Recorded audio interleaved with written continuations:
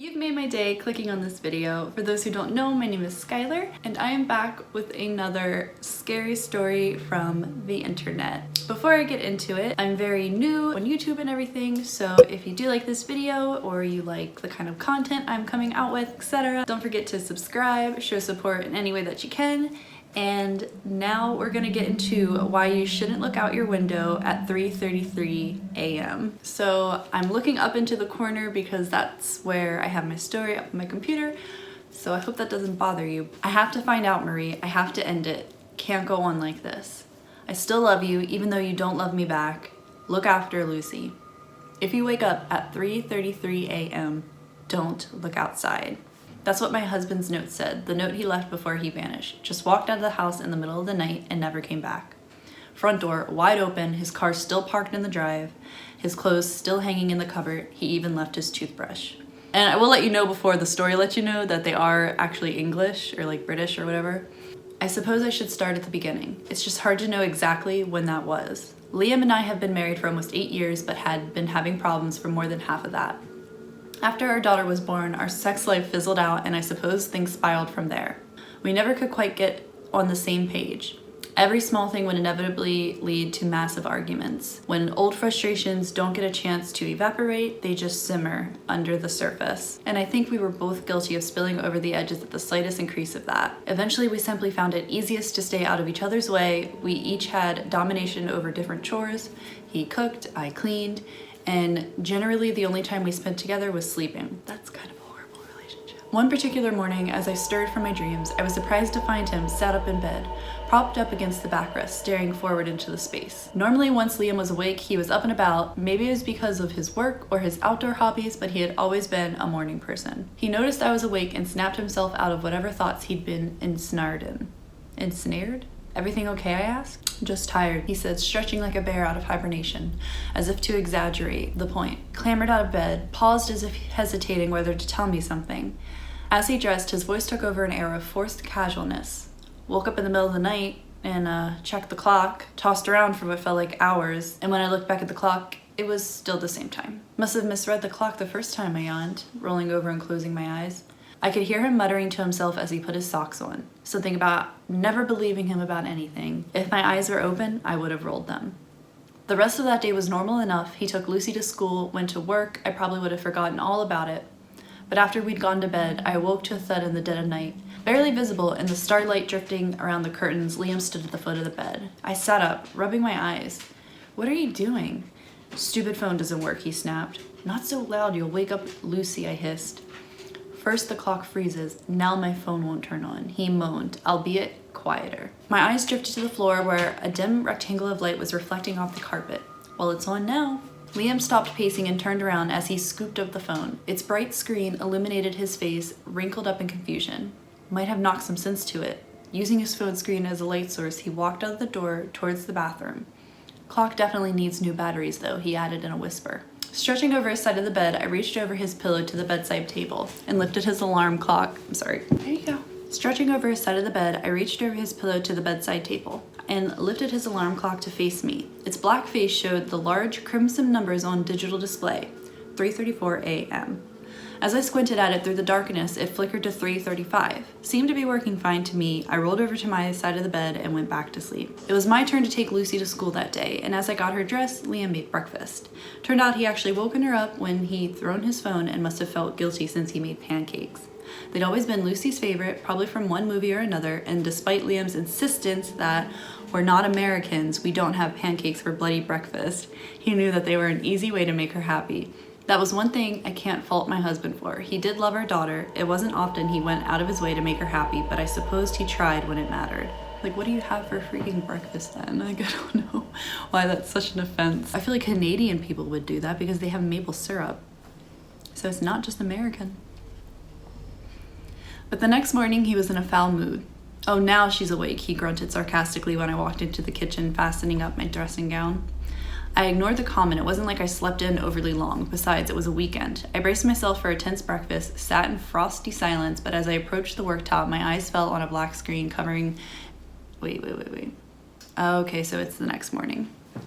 Sorry, I was like confused, like how is it a weekend if she was about to go to school? But As I approached the worktop, my eyes fell on a black screen, covered in splintering hairline cracks. What happened to your phone? Stopped working again, he said, ruffling his newspaper. Tried knocking some sense into it like I did the other night, but it didn't work. Then I tried again, a bit harder. Too hard, apparently. Well, that was stupid, I said, matter-of-factly, as I put the kettle on. Liam didn't say anything, but he folded up his newspaper, threw the last dregs of coffee down his throat, and left the room. Probably more mad at himself than me. If he'd been mad at me, he would have shot some comment back. He always did like to have the last word. His voice took on a sugary lilt as he bumped into Lucy in the hall. Morning, darling. Didn't wake you up again last night, did I? No, Daddy. Like, doesn't that sound like the most English part you've heard so far? No, Daddy. Morning, darling. I don't know. Anyway, I suppose I did find it a little strange that my husband has managed to smash his phone without waking either of us, but those thoughts were drowned out by sheer idiocy of it. With both of us in a mood already, we avoided each other as best as we could, and this was a little bit harder on the weekends. Just before we slept, we ended up bickering. What's that? I asked. I saw him place something under his pillow. A torch. I couldn't help but laugh. What do you need a torch for? To see where I'm bloody going if I wake up in the night again. Well, maybe if you kept your anger in check, you'd still have your phone. Maybe if you'd stop criticizing me all the time, I wouldn't be so quick to anger. And as simple as that, we descended into an argument that got increasingly personal and ended up with both of us rolled over in bed, backs facing each other. When you're mad at someone, even the slightest thing can annoy you. The way they huff out a breath through their nose or that they tug at the sheets. Eventually, Liam started snoring, and I followed soon after. I woke up the next day to an empty bed. I assumed my husband would still be in a mood with me, but when I found him that morning, he was completely oblivious. Staring up at the clock above the fireplace, he clutched a collection of watches and alarm clocks in his arms. In the background, the news was on, but he had got it on mute. Hey, he said as soon as I walked in the room. Actually pleased to see me. Can I look at your phone for a sec? What are you doing? Just, what time is it? I told him, and when he shook his head in exasperation, I showed him. They can't all be wrong, he muttered, setting the bundle in his hands on top of the fireplace, one by one. He left the alarm clock until last, and grabbed it with both hands, raising it into the air to examine. What are you doing, Liam? I asked sleepily, making a point to take my pink watch from his collection. She's kind of, like, mean. I don't know. I don't know, like, this... Like, I understand that they kind of fight with each other, but she seems like she's picking fights. Like, you don't want to help him. Like, if he was doing something with the watches... and he had your watch, he obviously has it for a reason, so instead of letting that help him if you weren't using the watch, I don't know, maybe it was expensive, but anyway. There was a power cut last night or something. I think there's been one every night. Even my torch didn't work. I shrugged. The clocks have batteries. A power cut wouldn't stop them. Which, I don't even really know what a torch is. Is that supposed to be like a flashlight? Yeah. I guess that kind of makes more sense than flashlight maybe, but I don't know. The more you know. You're not listening, he said, shaking his head. Even my torch didn't work. Nothing worked. That's why my phone wasn't turning on. I tried yours last night and it wouldn't turn on either.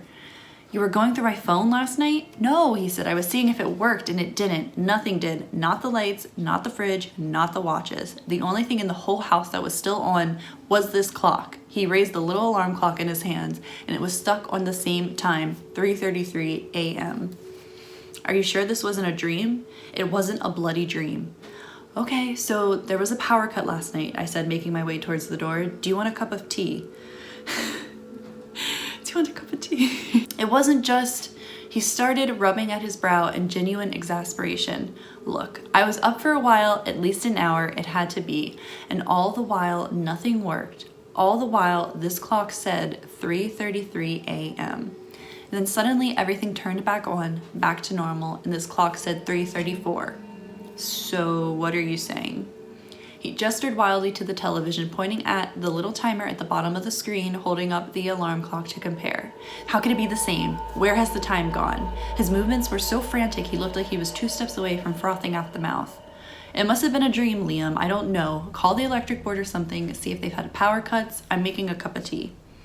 Wasn't a freaking dream, I heard him mutter as he knelt in front of the TV, holding the alarm clock up to the screen and comparing times. I suppose that was the start of his obsession, but at least he was bearable that day. I could tell it was occupying his mind, but he didn't mention it again until he woke me up at least. I think it was the thud that woke me up more than the whimper, but the whimpering was what made me sit bolt upright. He's not saying heck, by the way, but What the heck, what the heck, what the heck? Liam's voice drifted over the foot of the bed, and I could barely see the shape of him scrambling backwards on the floor. The curtains wafted open, moonlight shining through. He must have fallen over, but was still kicking himself away from the window, wide eyes glinting as he shook his head in denial. As I got out of bed and made my way over to him, he flinched and looked up at me. Even in the dim light, I could make out the terror etched onto his face. I had never seen my husband scared like this. "There's something outside," he sputtered in a frantic whisper. "Someone in a mask, or they saw me, they looked right at me." I rose and peeked out of the curtains myself. Our quiet street looked normal to me. Parked cars, streetlights, and the houses opposite. I scanned around looking for people but came up short. "There's nobody out there," I said, letting the curtain fall back. Liam clambered to his feet and shoved the curtain aside, getting his whole body in front of the window. He searched the empty street with both hands pressed against the glass. "I saw someone," he muttered. "I bloody saw someone." As I got back into bed, I glanced at the alarm clock on Liam's side of the bed. 3:35 a.m. The next day was my turn to take Lucy for school. I didn't see much of Liam all day, despite not going out of my way to avoid him. In the evening, I caught him fitting extra locks onto the door, a deadbolt on the front and back. I had to bite my tongue not to say anything, but I knew it would just cause a fight. She is so unhelpful. Like, maybe I just deserve Wife of the Year award or something, but she just wants him to suffer.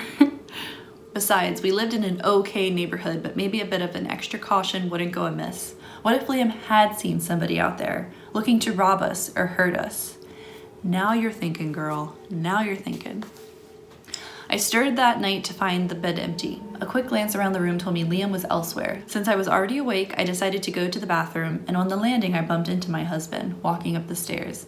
Even in the dim light, I could see him try to hide something behind his back. "What's that?" I asked before he could open his mouth. "Nothing," he muttered. I walked down the steps to see what he was hiding, but he twisted and grabbed my arm with his free hand. "Go to bed," he hissed. "What have you got? Is that a crowbar?" "It's nothing," he said, but dropped any pretense of hiding it now. I'd guessed correctly. The tool fell to his side, glinting in the darkness. "Go to bed." Freaking psycho. I spat in disbelief, stepping away from him. "Well, it's a good job I had it. Someone was trying to open our door. I must have scared them off." "What? Someone was trying to get inside?" "Yeah, I could hear them trying the handle." I'd hoped that it would be the end of it, but I was sorely mistaken. Liam's nightly obsession only became worse and worse. He was touchier than ever, snapping at the smallest thing. It was clear he wasn't getting enough sleep, and if it wasn't for me urging him on, he would have been much later for work, if he went in at all. Not that I got any thanks for it. I became the object of his anger. What was happening was somehow my fault. I didn't believe him, wouldn't help him. "Because you're not helping him." "Wake me up then if it's so bad," I said one day. "Don't you think I've tried that? I've shooked you, slapped you, but you won't wake up until it's all over, until he's gone." "Until who is gone?" I asked, cautiously processing what he was trying to tell me. He'd slap me? Subconsciously, I rubbed at my cheek. Surely I'd have felt it if my husband had been trying to slap me in my sleep. Surely I would have had a mark or even a bruise. Liam wasn't exactly a small man, but it also wasn't like him to hurt me. He could be a prick, sure, but he'd never purposely hurt me before. "Forget it," he'd muttered. The alarm clock woke me up, beeping in the darkness. As soon as I rose to turn it off, Liam's hand pressed it down to silence it. He was fully dressed and standing on his side of the bed. He had the crowbar clutched in one hand. What time is it?" I asked, still half asleep. "You told me to wake you up.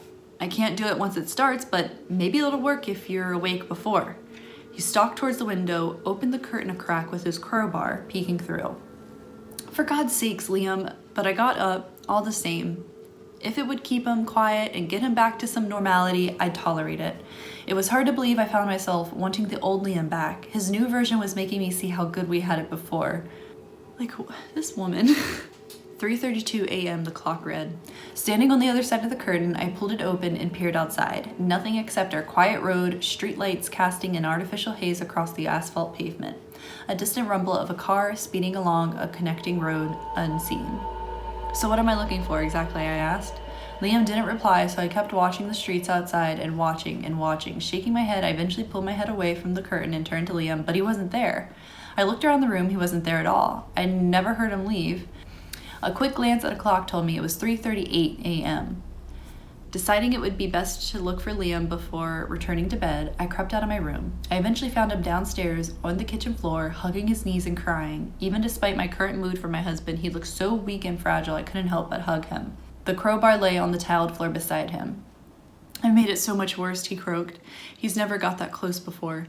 "What do you mean?" I asked quietly, wiping the tears off his cheek. "Why did you leave the room? You wouldn't move. You wouldn't answer me. I thought for sure you could see it too, but it was like you were sleeping with your eyes open. Standing up, I came down here and I saw him right over there." He pointed to the kitchen window. I glanced over. I couldn't see anything through the darkness.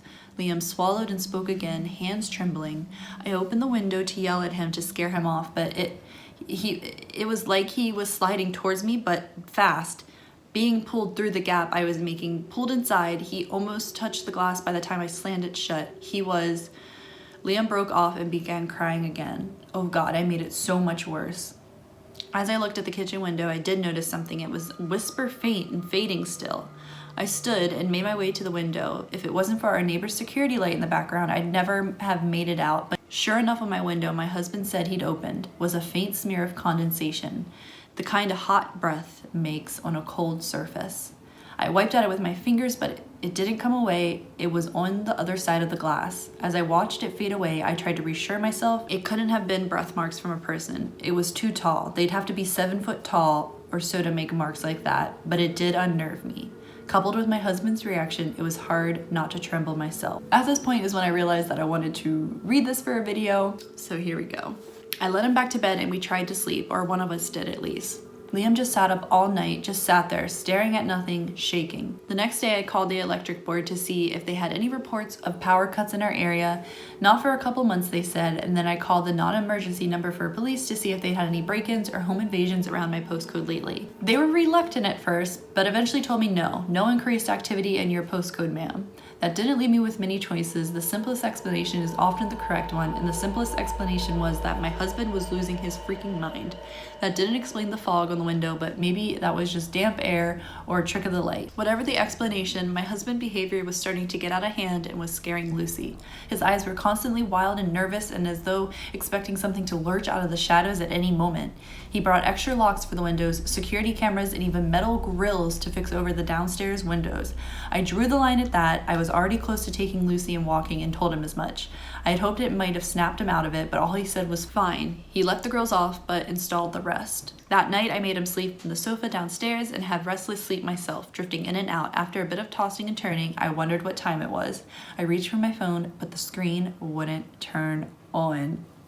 Oh my gosh, now what's happening to her? Frowning, I pulled myself across the empty bed and picked up Liam's alarm clock. I almost dropped it when I saw the time. 3:33 a.m. Yeah, me too, girl. I would have dropped that shit.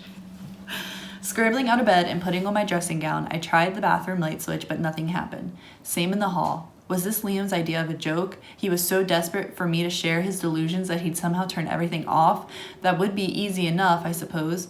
What stumped me was the bath taps. When I turned them out of sheer desperation, not even a drop of water dribbled out. I suppose Liam could have isolated the water, but I didn't understand why he would. He'd never mentioned water not working, which is weird that even the water isn't working. That's why I was kind of confused when I first read her say the bath taps. I was like, wait, what? So that's interesting. Making my way to the stairs, I had to feel my way across the halls. With no lights working and no light source to use, the interior hallway was pitch black, and I awkwardly shuffled my feet down each step, taking my time and clutching the banister. Downstairs was no better. Normally, even at this time, there would have been enough light coming from the glow of the street lights outside to see my path, but not even the street lights were working. That is scary. Liam couldn't have done that. No, he couldn't. Power cuts have always unsettled me. It feels like being plunged back a step in our evolution. They shake you out of your daily life, and for a moment you're an animal again. Afraid, powerless. We forget how much we rely on the electricity, but power cuts always remind us. Liam, I whispered, even though I was afraid. I didn't want to wake Lucy. Hopefully she could sleep right through it, and at least until morning. I made my way through the kitchen, feeling for cabinets and door handles so I didn't smash into them. Liam? Still no reply, but I was being quiet. Strangely, the fear which most crept into my mind was him attacking me with that stupid crowbar, mistaking me for an intruder. I tried again, raising my voice just beyond a strangled whisper. Liam? Nothing. Maybe he was sleeping. It would be ironic if he slept through this power cut, the first one I've been awake for. In the living room, I could just see his silhouette sat on the sofa, facing away from me. My eyes were just beginning to adjust to what little light was there, and I stepped around the sofa. I could see he was awake, eyes open, staring forward. Gripped something tight in both hands, a hunting rifle. Jesus Christ, Liam, I hissed. What are you doing? He didn't reply, just kept staring forwards, his breathing slow.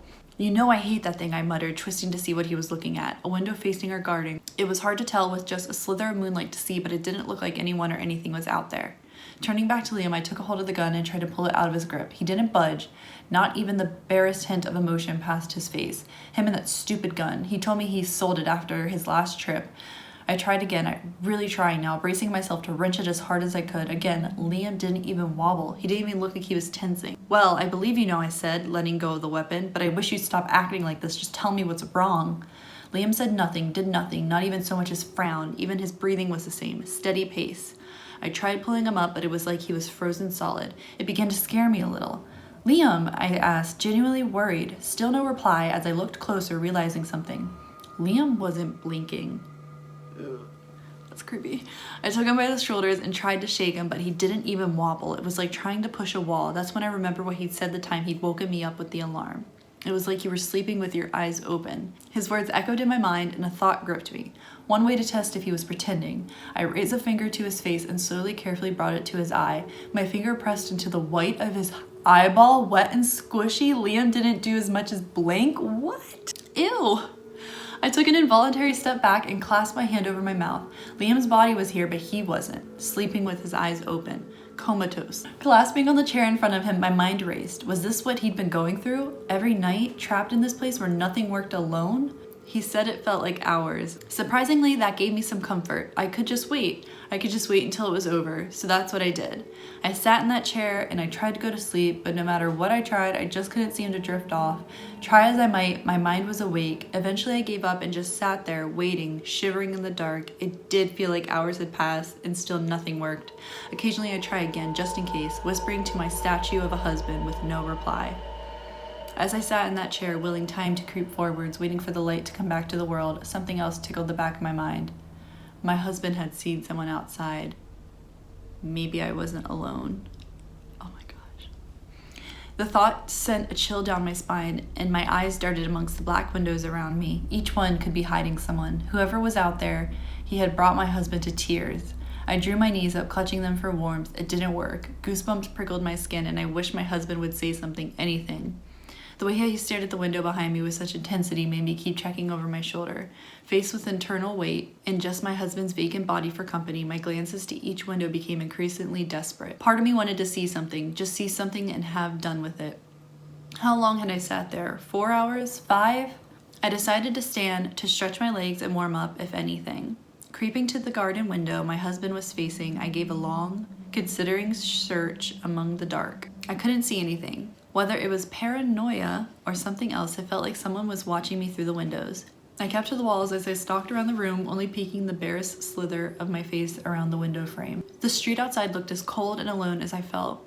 My eyes scanned across the cars and houses, and my neighbors' houses seemed to blur into one single image. But as I strained my eyes against the dark backdrop, I spotted something that didn't belong. 2 little pinprick lights, faint like distant stars but on the ground.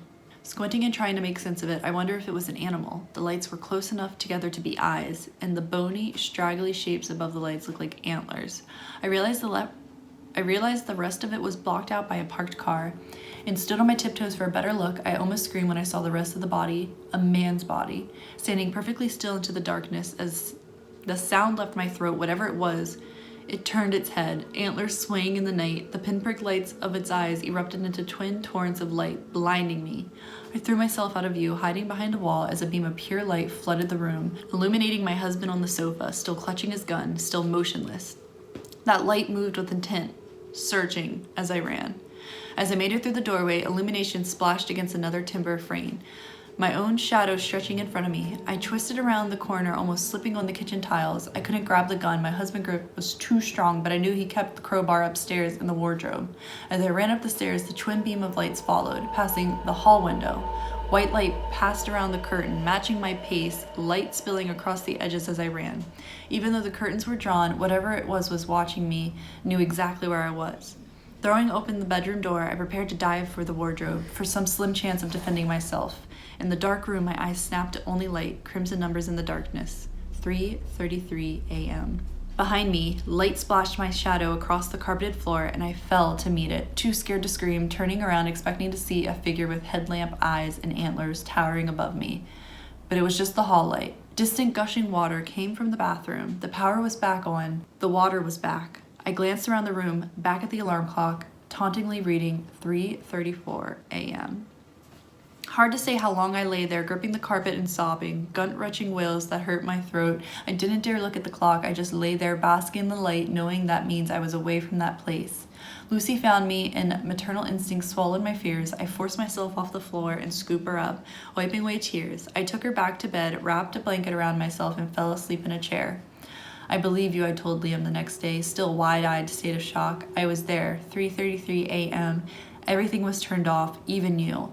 That last part made me cry again. Liam just held me as I trembled. I didn't mention the deer-headed man or his headlamp eyes. I didn't need to.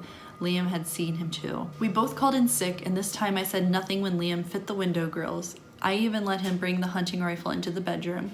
He propped it up against the wall, and we both lay awake all night, staring at the ceiling. At 3:30 a.m., Liam sat at the edge of the bed and started to dress. When I asked him what he was doing, he sighed and said, "If you get trapped there, that means Lucy might one day too." He snatched up the rifle and laid it across his lap, head bowed. "If that happens, I can't protect you, either of you." I could barely talk around the lump forming in my throat. What are you saying? What are you going to do? I've sat here night after night, and he just gets closer. The windows rattle so hard, Marie, it sounds like the whole frame is going to come loose. The doors creak and strain. Last time I heard something climbing down our chimney, trying to get through the walls. I don't think I can wait. It's me he wants. Liam, I've got to do this, Marie. I can't just sit here. I've got to do something. Liam, I saw. He wasn't listening, talking over me, too bullheaded, too stubborn. I've got to go. The faint tick of the alarm clock silenced us both. Our heads snapped towards it in unison. 3:33 a.m. As soon as my eyes fell upon those crimson letters, they flickered to 3:34, and when I turned back, Liam was gone. In his place, a note. "I have to find out, Marie. I have to end it. Can't go on like this. I still love you, even if you don't let me back. Look after Lucy. If you wake up at 3:33 a.m., don't look outside." I crumpled the note and ran, searching through the house for him. "Liam," I cried. "Liam, I saw him too." But my husband was gone, front door open, cold night air spilling in, car on the drive, clothes in the wardrobe. The only thing he took was his gun. The next day was a sleep-deprived blur of police calls, family calls, and tears. All the while I watched the clocks tick closer, second by second, creeping towards that time I was now more afraid of than anything. Well, almost anything. Liam was right. I had to protect Lucy. I could not let her experience that place. I just couldn't. So I tucked her in her bed and waited. Out of sheer exhaustion, I actually fell asleep, but when I woke, it was still pitch black. I didn't need to look at the clock with its crimson numbers to know what time it was. Outside, the wind howled. A garden gate battered open and shut. I wrapped myself tight in my sheet and tried not to think of what Liam had said about rattling windows and something climbing down the chimney. But there was a faint glow coming from behind the curtains. The streetlights were still on. Then I snatched at my phone, but it wouldn't turn on. The wind swirled and raged, and with a creeping dread, I remembered our streetlight cast an orange haze, not a pure, perfect white one. I knew in my bones what was casting that light. I don't know why I looked. Curiosity, helplessness, whatever it was, something drove me to peek behind the curtain. Ew! A deer skull on a rotting body gazed up at me with headlamp eyes. As I stared, open-mouthed, it began to drift, glacier slow, towards me. It didn't walk, it floated, slid. Ew. But to be honest, I barely saw it. My eyes had fallen on a second figure, a man of familiar height and build, clutching a hunting rifle. It's Liam. Where his eyes should have been were two black, sunken pits with distant pinprick stars. His head tilted, snapped towards me. Those pits swelled into headlamps, high beams on a car, a lighthouse in the night, a spotlight on stage. My eyes burnt, but I couldn't pull away. Liam raised the rifle, pointed it right at me. Tick. I staggered back. Streetlights flooded the road with an orange haze. The wind died to a murmur. Liam and that thing were gone. The clock read 3:34. That was the last night. The police have a guard posted outside. They think I'm worried about my husband coming back. I suppose in a way I am, but they could post 1,000 guards outside and it wouldn't make a difference. None of them will be awake at 3:33 a.m. It won't stop. Now I've seen that thing outside. I know it's just going to get worse. Each night, a little closer. Each night, a little stronger. Liam didn't slow it down. He just gave it a way in. And then it has asterisks and says error code 54333, agents dispatch. So I'm gonna look that up. and see if that means anything to our story. But oh my gosh. So I'm not really finding anything on the 333 error code, so maybe that was just like a mistake with Reddit. I'm looking at like police scanner code, and I don't think it's different in the UK than it is the US because it's not really bringing up much when I do like UK police code. But either way, that was such a good story. I can't even like, where do we even begin to just process that? The fact that it's like a deer and like the expression like deer and headlights look like. So I wonder if like this thing possesses them, and maybe that's how he does it, like when they're sleeping, and if he can get you awake. I don't know, it seems like it's a different dimension. That could be. I'd like to know your thoughts on the story, whether you thought it was cool, or you thought maybe you have a theory on what happened, or if you ever heard of anything like this deer man entity.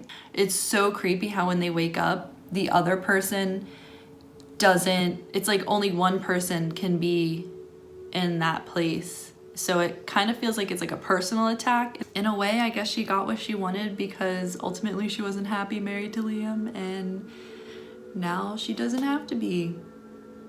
I wonder if they move houses, if that would help. Like when they said something about protecting Lucy, I was expecting them to have her go stay with like one of their like parents' houses, but they never ended up doing that. But yeah, definitely, again, let me know your thoughts and give this video a thumbs up if you did like the video. And I am going to try and post more videos. I'm not sure how consistent that will be, but either way, it'd be cool to have you subscribe and come back for another video. I'm not only going to do scary videos, I do kind of want to do other things like, you know, clothes, or I have a couple DIY projects for my house that I want to do, so definitely subscribe if that sounds appealing to you. But I hope you're having a really good day and that I didn't scare you too much with this story. If you know any good stories, let me know those down below as well. But I hope you keep enjoying the rest of your day, and I will see you in the next video. Bye!